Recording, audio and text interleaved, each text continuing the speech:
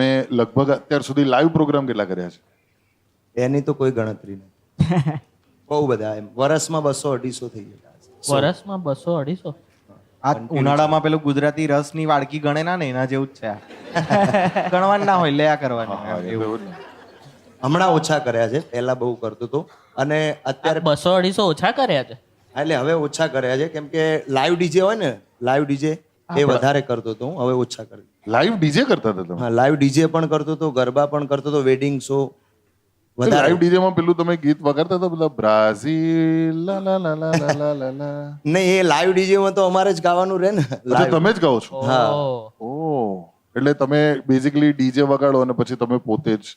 એટલે એમાં કેવું કે પેલું ગરબામાં આખું સ્ટેજ બેજ હોય, આ એવી જ વસ્તુ હોય. લાઈવ આઈસર હોય, એની અંદર 3-4 વસ્તુ ઇન્સ્ટ્રુમેન્ટ એટલે લાગ્યા હોય. ટેમ્પામાં હોય હા, ટેમ્પામાં, હા.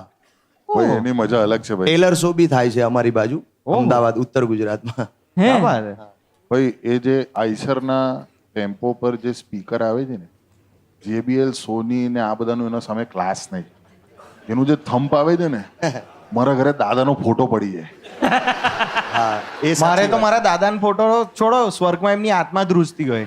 અરે મારા તો હાચા દાદા પડી ગયેલા. મારી પાસે કઈ દાદા વાળું છે નહીં. એટલે કઈ આવ્યું નહીં. પણ ભાઈ આવું મ્યુઝિક વાગતું છે ને કૌશિકભાઈ? ચુમ ચુમ ના ના, હવે તો એના બેઝનું ઇન્ટેન્સિટી અલગ થઈ ગયા, આખું આમ બ્રમ બ્રમ એવું થાય છે આખું. એટલું બધું ફાસ્ટ વાગતો હોય તો બી નીચેથી કહેતા કે થોડો અવાજ વધારો ને વધારો. એટલે કેટલો જોશે છાતીના ધબકારા. એને એવું છે કે એ હૃદય એના લીધે ધ્રુજવું જોઈએ તો વોલ્યુમ બરાબર છે. ભાઈ એ ટ્રીપ અલગ જ છે.